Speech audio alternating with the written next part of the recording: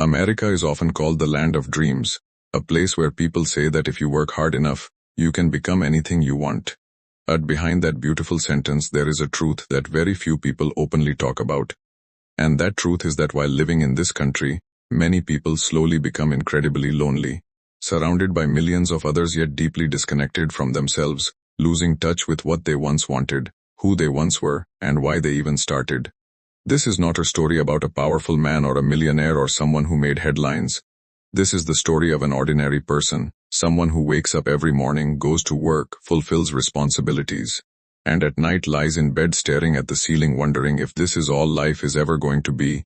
His name is Ethan Miller, and he lives in a small city in Ohio. Not unhappy, not happy either, just moving forward because stopping feels impossible. His apartment is small but clean, the kind of place you rent because it makes sense, not because it inspires you. From his window he can see the road where hundreds of cars pass every single day. And Ethan often watches them and wonders where all those people are going, and whether they are asking themselves the same questions he is. Every morning the alarm doesn't wake him up, it weighs him down. At exactly 6:30 a.m. his eyes open and for a few seconds he stares at the ceiling. Empty, silent, then he reminds himself that getting up is not optional. Making coffee has become a routine without emotion, no music, no news, just the soft sound of the machine and his own thoughts. When he looks at himself in the mirror he sometimes tries to smile, but the smile never fully forms, as if something inside him refuses to pretend anymore. He gets dressed and walks the same path he has walked for years, the same building, the same parking lot, the same badge scan, the same desk, the same screen, the same headset. Ethan works in customer support, spending 8 hours a day talking to people who are already angry, already frustrated, already tired. Some want solutions, some just want someone to blame, and Ethan listens patiently, apologizes calmly, and moves on to the next call. With every conversation he feels a little more drained, but his voice remains steady because that's what is expected of him. During breaks he usually sits alone, phone in his hand but mind somewhere else, scrolling through social media and seeing fragments of a past life, college friends, old dreams, shared plans that slowly fell apart. Everyone seems to be moving forward, building something, becoming something, and Ethan quietly asks himself where things went wrong. He did everything right, he worked hard, followed the rules, stayed responsible, so why does he feel so empty? Over time he began shrinking his dreams, first telling himself that it wasn't the right time, then that responsibilities came first, and eventually convincing himself that maybe this was his limit. In America people often say stay strong, keep pushing, don't complain, but no one really teaches you what to do when you're breaking quietly on the inside. Ethan learned how to perform strength. He laughed with friends, acted normal at work, reassured his family that everything was fine, but at night when the world went quiet a fear crept in. The fear that his life might pass without ever truly being lived. He had student loans, medical bills, expectations to meet. Quitting felt reckless and dreaming felt irresponsible. So he chose distraction, late nights with screens, mindless food, endless scrolling, then waking up tired and repeating the same cycle. Days turned into weeks, weeks into months, and his life stayed frozen in place. One evening on his way home it started to rain lightly. The road glistened under the streetlights and water slid slowly down his windshield.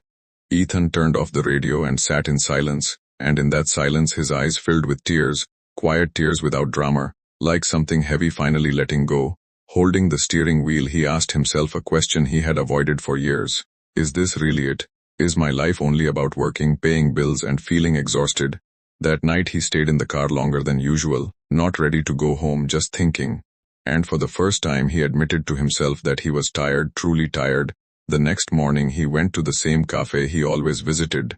Same table, same chair, same smell of coffee. But that day there was an elderly man sitting nearby, white hair, simple clothes, an old notebook in his hands, writing slowly and carefully as if every word mattered without thinking too much. Ethan asked what he was writing. The man looked up, smiled, and said he was writing his second life. The words surprised Ethan. He asked what that meant. And the man calmly replied that his first life was spent in fear, afraid of failing, afraid of judgment, afraid of choosing himself, and now he was finally living what he once ignored. The man was 67 years old, but his eyes held no regret, only peace.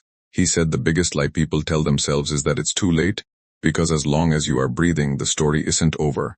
Something shifted inside Ethan in that moment, like ice melting slowly.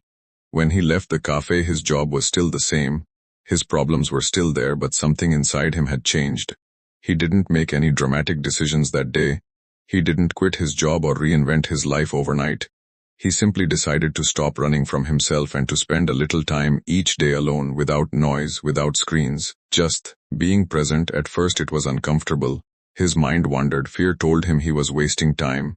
But gradually he realized that the real exhaustion came from being disconnected from himself. He started writing, putting his thoughts on paper, memories from childhood, unfinished dreams, fears, hopes, and slowly he understood that he wasn't weak. He was unheard. Time passed and a quiet sense of peace began to grow within him. He no longer saw himself as a failure, but as someone in progress. He learned that everyone has a different timeline and that comparison only deepens pain. Months later his life looked the same from the outside, but inside he was different. Mornings felt lighter, not easy, but lighter. He understood that life isn't only about surviving the days but about learning how to live inside them. And this was the moment when his story began to move towards something new, not louder, not faster, but more honest, more real. And if you are listening to this and feel stuck, tired, or left behind, remember this: you are not late, you are not broken, you are simply standing at the beginning of your second life.